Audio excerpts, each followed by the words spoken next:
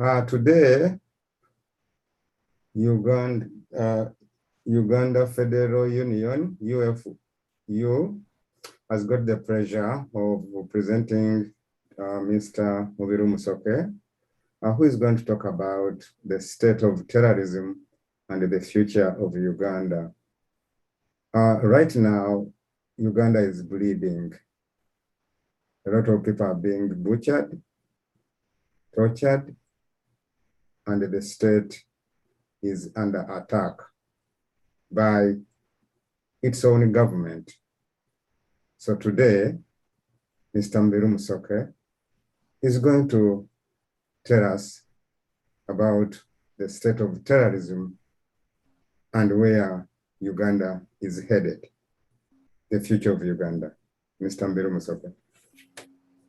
Thank you very much, Mr. Moderator. State terrorism, I'm talking about state terrorism in Masaka and the future of democracy in Uganda in particular. It is inconceivable to me and many other people that enlightened and supposedly educated Ugandan leaders can be so dumb, short-sighted, greedy, and culturally so arrogant that they fail to see the inevitable and serious consequences of their illegal actions, which have gone on under NRM regime since 1986. This apparent mystery of political blindness can uh, plausibly be explained by the existence and influence of three factors which have directly affected the political behavior of NRM.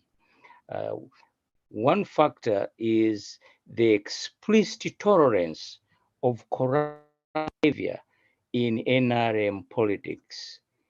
Political corruption manifests itself in the greed ingrained and inherent in human nature, but has not been restrained under NRM regime because the NRM regime culture is corrupt.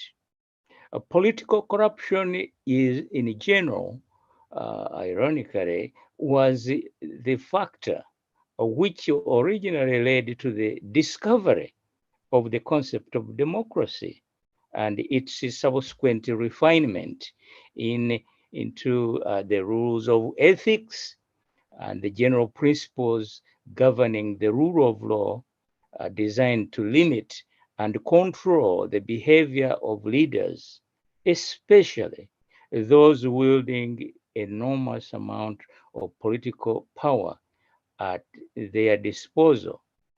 Uh, the second factor, which we pointed out in our previous conversation, is the disease which psychiatrists have sufficiently described and developed rules to diagnose.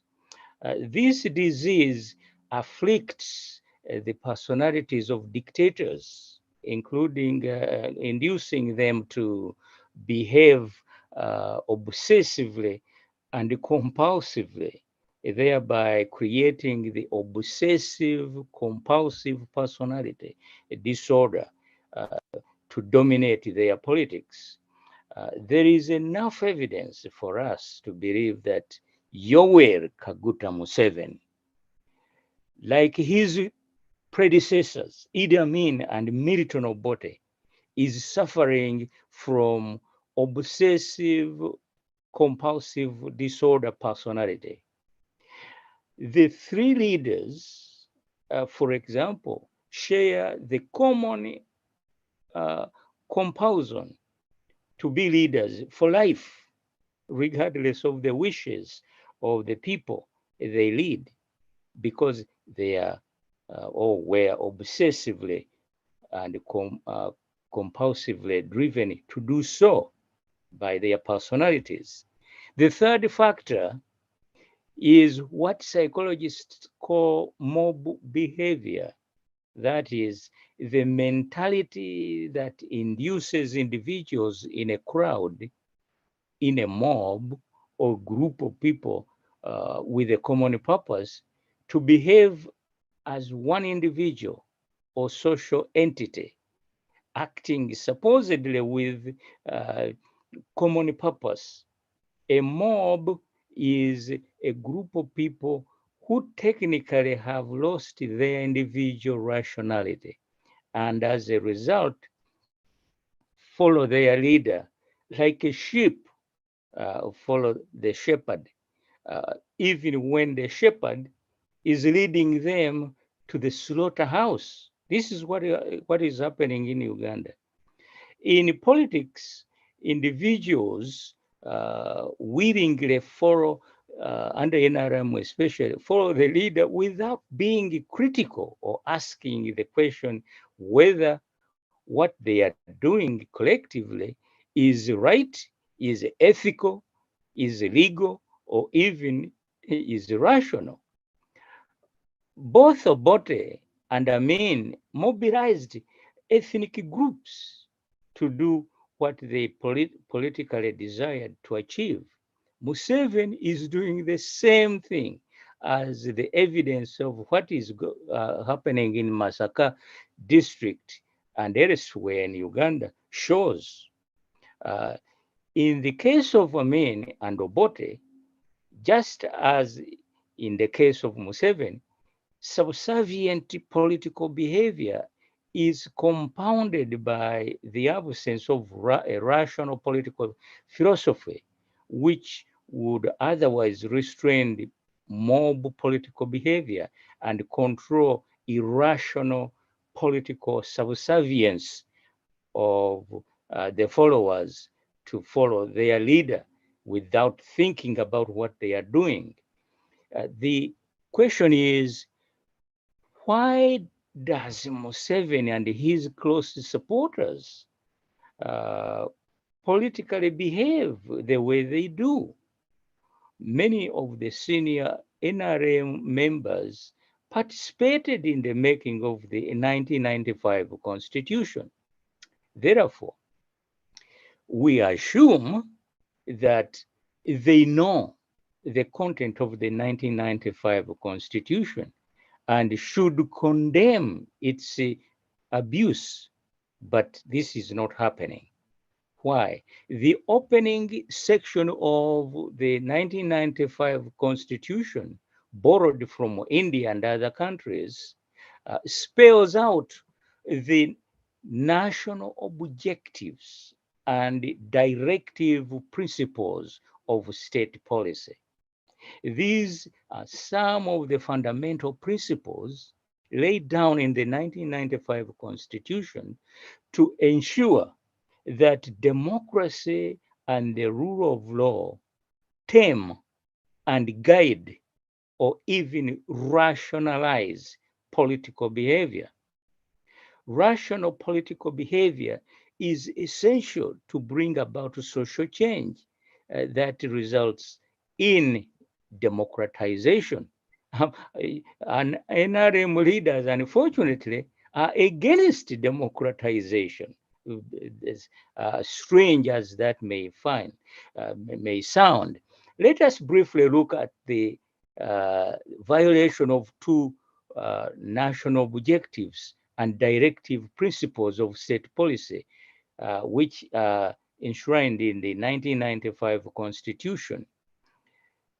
When the 1995 Constitution was debated in 1994 and enacted in 1995, the common belief and almost unanimous opinion was that inclusion in the Constitution, the national objectives and directive principles of state policy would not only deter dictatorship in general, given the history of Uganda, but also protect democracy and nourish the process of democratization, thereby guaranteeing the existence of good, responsible government, and generally prevent state terrorism, which had gone on under Obote and Amin, uh, as well as political corruption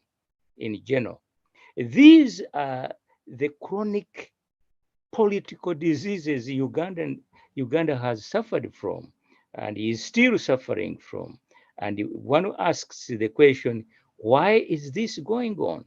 The, the reason why today we are focusing on the national objectives and directive principles of state policy is to show you how they are violated in Masaka. And as a result, you have state terrorism in Masaka as a consequence of violating these national objectives and these directive principles, which are enshrined in the Constitution, written with the consent of the NRM members and Museveni in particular.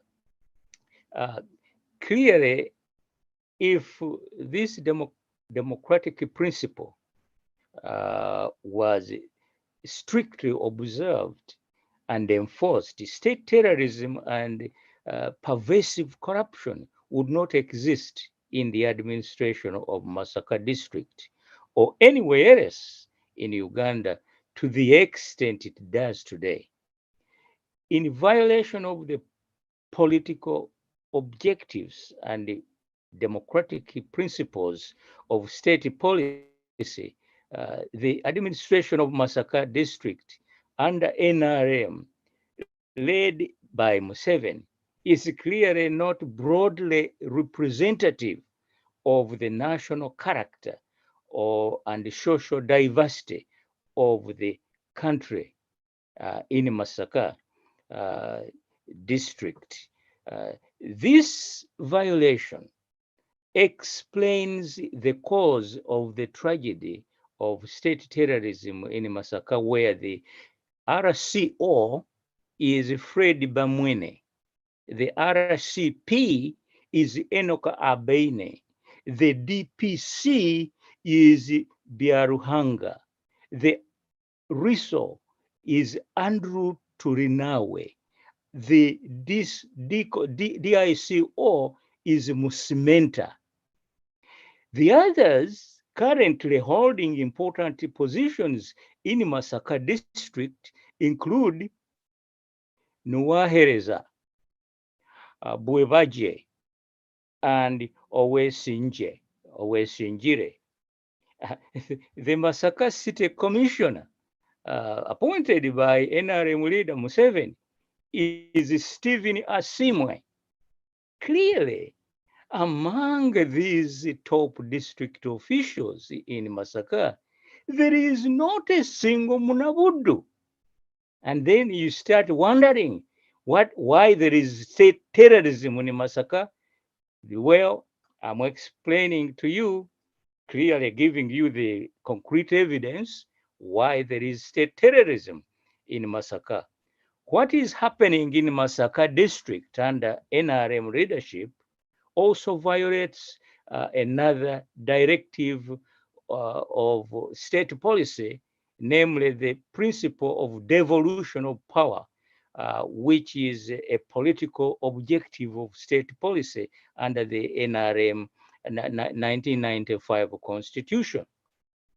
The political objective under the 1995 Constitution of devolution provides that, quote, the state shall be guided by the principle of decentralization and devolution of governmental functions and powers to the people at the appropriate levels where they can best manage and direct their own affairs. That is a directive in the 1995 Constitution. Is not being followed. Devolution of power means that the power exercised by the central government is constitutionally devolved to the lower levels of government so that citizens who reside uh, or are native in specific areas manage and direct their own affairs. That's what the devolution is all about. That means that the power is literally transferred to the people residing in the area, which exercises and enjoys the devolution of devolved power, uh, which was exercised by the central government before the devolution. The principle of devolution is rendered meaningless when people from other areas of the country are, for political reasons, deliberately designated or appointed for the purpose of politically controlling people within a devolved local area by taking over the administration and management of the local government unit in a specific area to the exclusion of the natives to the area, as is the case in Masaka and areas of Uganda. You may not be aware of this, but check these out. The statistics cannot deceive you. Uh, we assume or become suspicious when administrators from other areas of Uganda, especially those who are exclusively NRM members and originated from Western Uganda, from the evidence available, dominate a specific area of local government as political for political reasons and political goals. When this happens, the state objective of devolution of power is corrupted and thereby loses its meaning and intended constitutional objective. It can easily, after all, be translated into state terrorism as it has been in Masaka. When what NRM has done in Masaka is district takes place, devolution takes on the characteristic of colonialism. And as a result, as it is the case in Masaka, it can, as under colonialism, believe it or not, easily be turned into state terrorism if the leader's intention is to politically control or subjugate a specific local government administration for political motives. This is particularly so when the administrators imposed on a specific local administration have no local roots that would encourage them from committing state terrorism against the people they politically oppress, just as was the case under colonialism, which Museveni has been condemning all the time, when the police and the army under colonials did not belong to the communities they terrorized, but instead were drawn from other areas in accordance with the colonial security policy. The violation of the political principles quoted above, that is devolution of power and decentralization, uh, the NRM leadership produces an indigenous form of colonialism or dictatorship, which uh, uh, leaders suffering from obsessive compulsive syndrome always exhibit. The NRM regime has instituted similar leadership and the administrative structures across Uganda in clear violation of the democratic principles and the state objectives enshrined in the 1995 Constitution, as well as abusing the principle of devolution of power to the people in a specific area, such as the district of Masaka. We are raising Masaka because Masaka has become a focal point where even two ministers have been charged with terrorism and murder, falsely, of course, charged falsely. You can see the problem we are dealing with.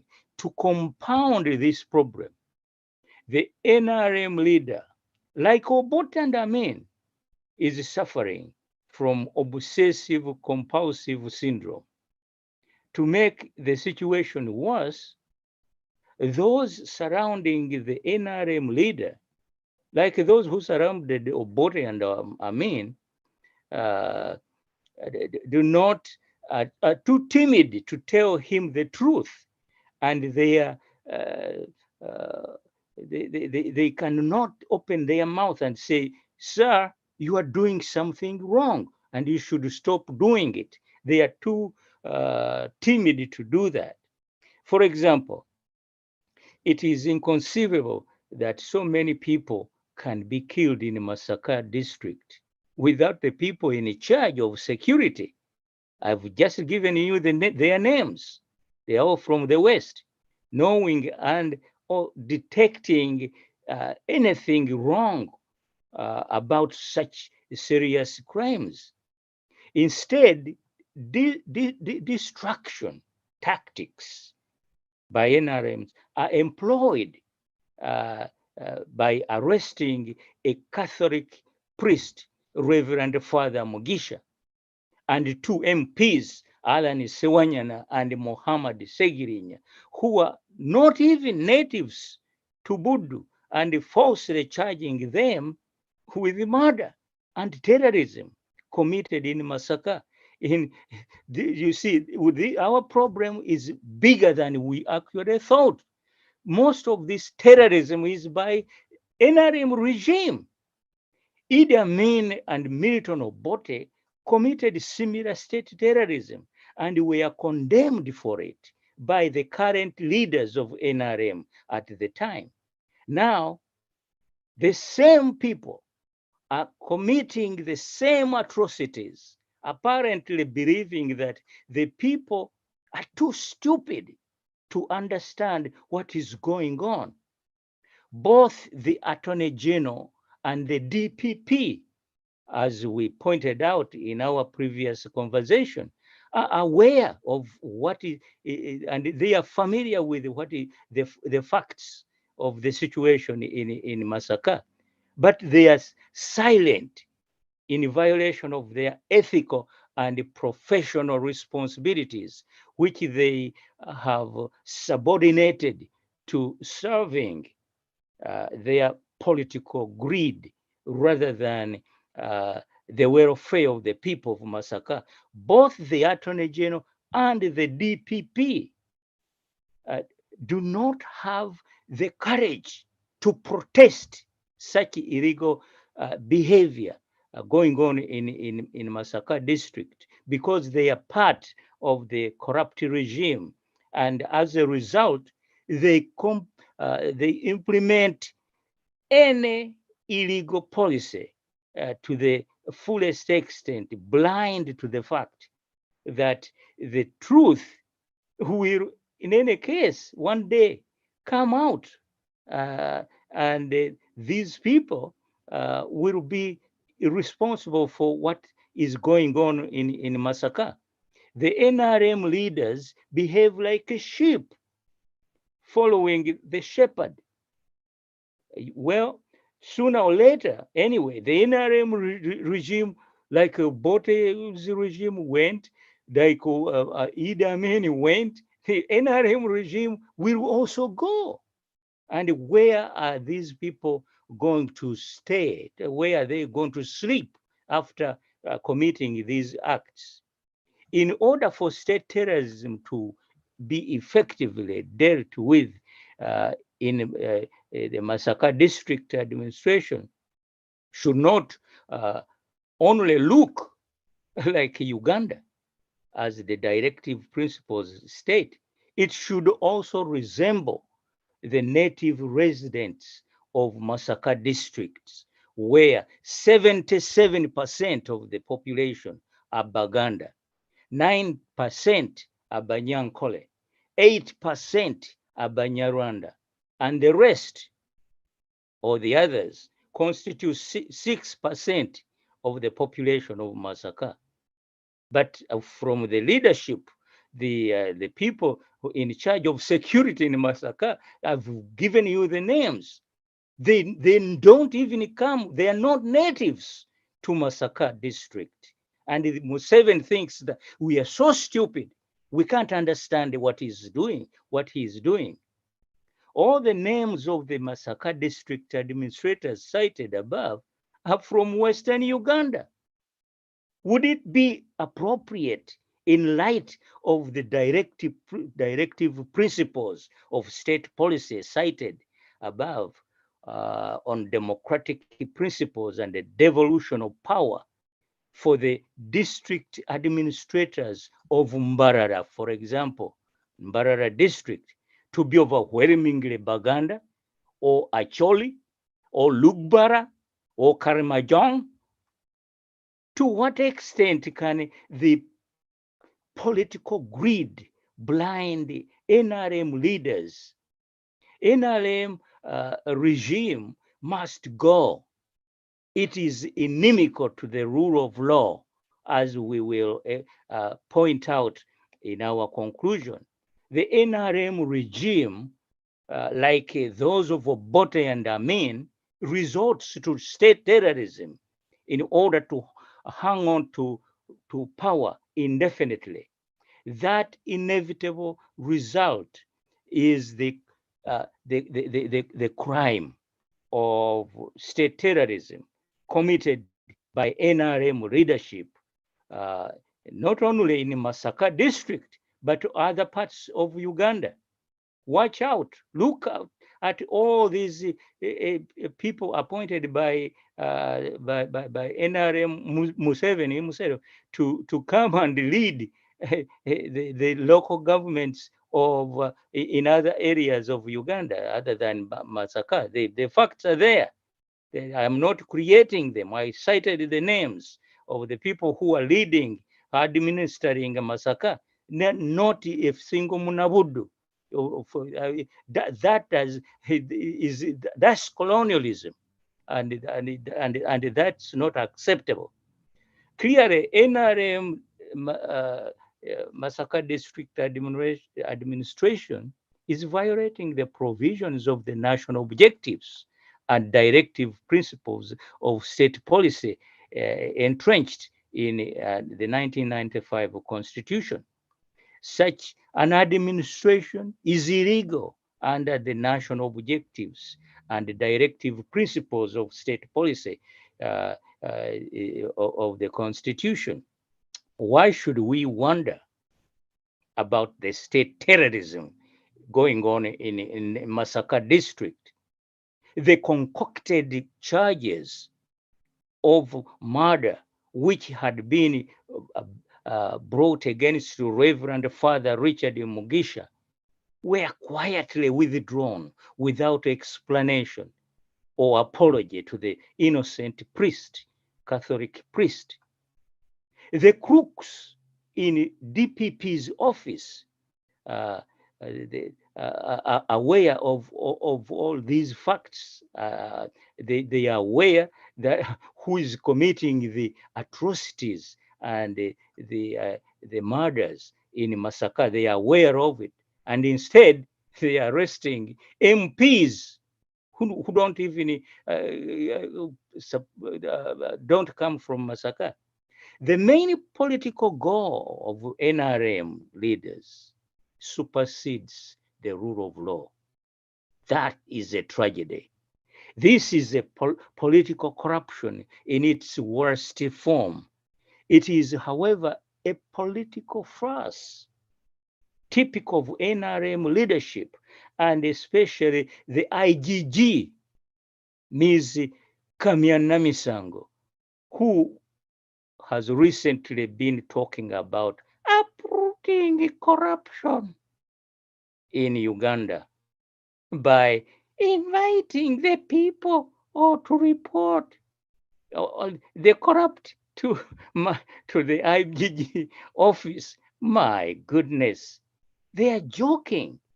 If the IGG is serious about corruption, she should start with investigating state terrorism in Masaka, which we have exposed and made her aware of. She has invited people to report to her the corruption. I have right now. They go to Masaka and investigate what is going on there. Why there is this terrorism and people being killed by NRM thugs. Uh, the perpetration of state terrorism is the worst form of corruption because it involves the death of innocent people at the hands of a few corrupt NRM fanatical government stooges whose constitutional job includes providing security and protecting the lives of the citizens of Uganda who are uh, uh, uh, instead being subjected to state terrorism. State terrorism under Obote and Amin was also corruption, political corruption. The same is true under NRM regime.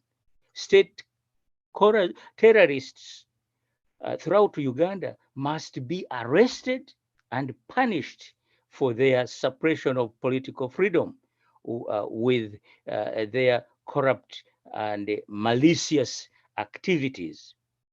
The solution to this type of dictatorship through state terrorism, which has been committed twice in daylight at the High Court, as we cited before, in Kampala on November 15, 2005, and March 1, 2007, is the institutionalization of a federal system of government. We cannot solve this problem, state terrorism committed by Museveni and his NRM stooges, without federalism.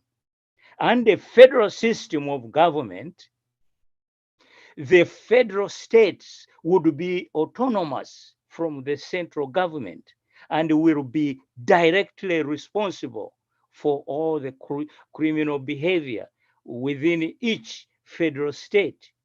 For example, the state terrorism committed by the central government in Masaka would not happen.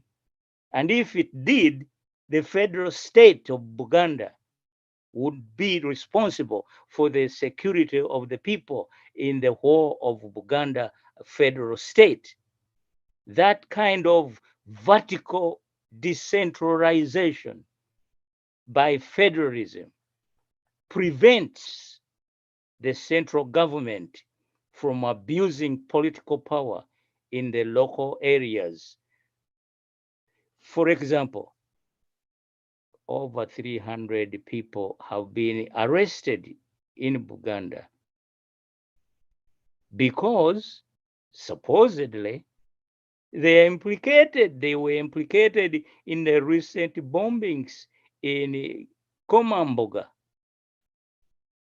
Goodness, how come that the police all of a sudden arrest over 300 people for the bomb that exploded in Komamboga? Where have they been all this time?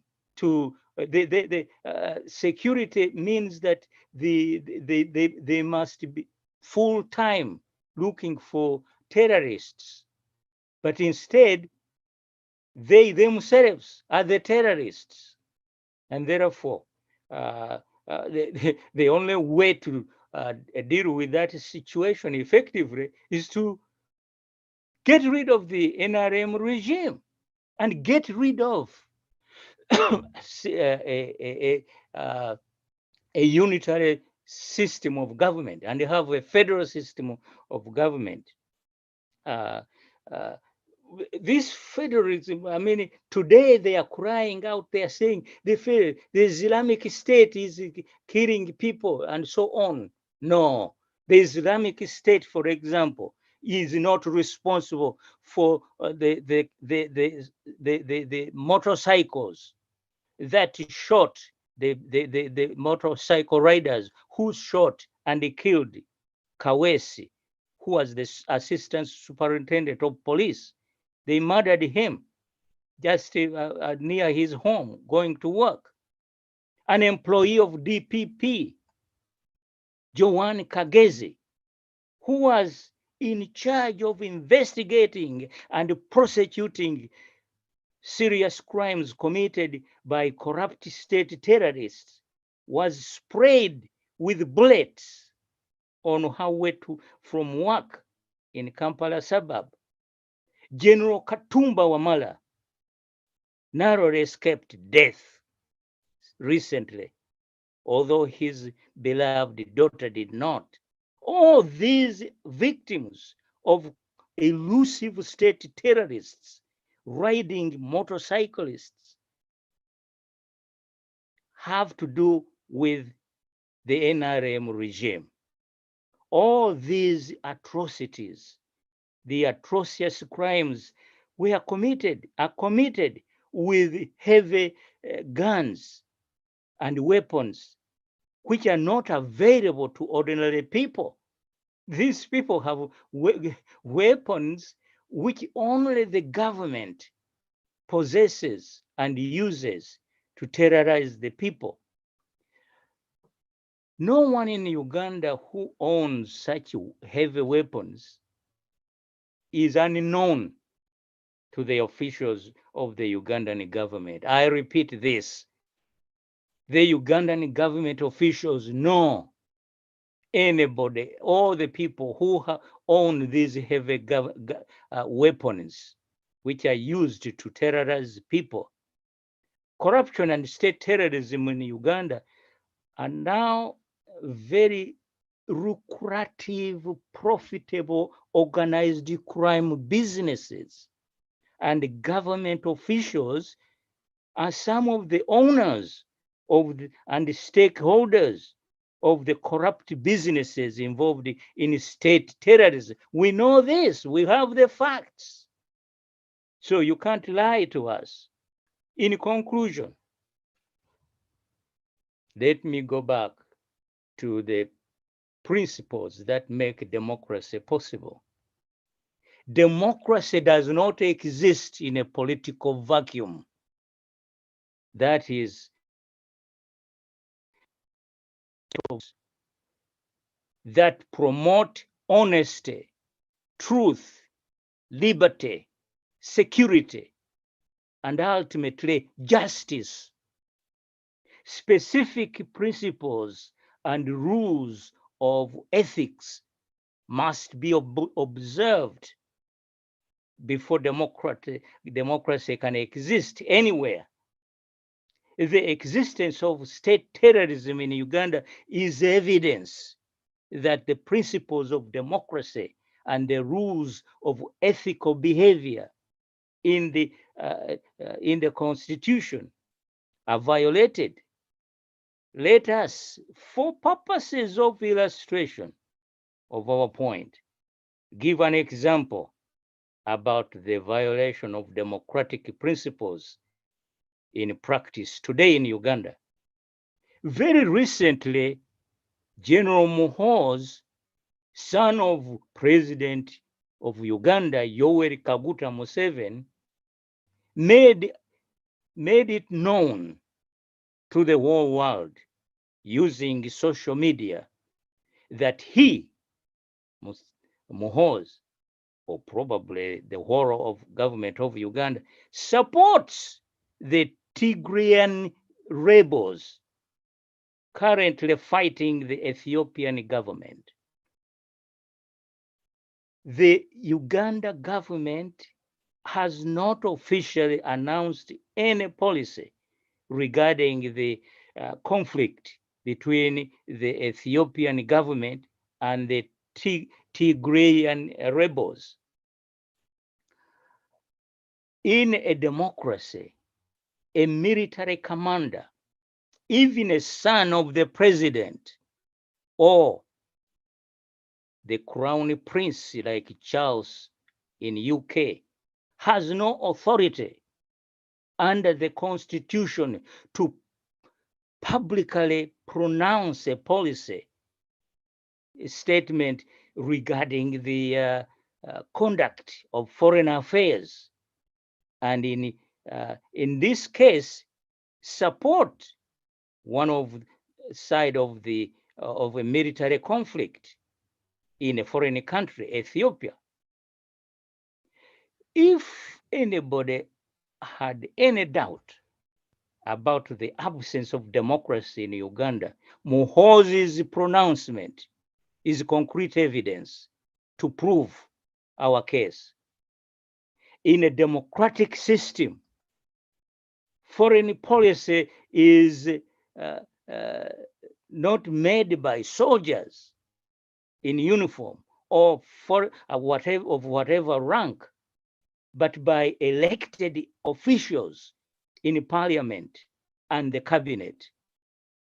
In a democratic Uganda, Muhoozi cannot purport to be the source of official foreign policy for the state to make a statement like he did on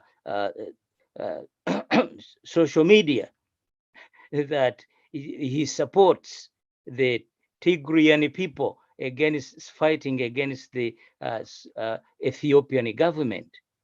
That, to me, the fact that Muhoozi can come out and say that tells me how undemocratic the government of Uganda is.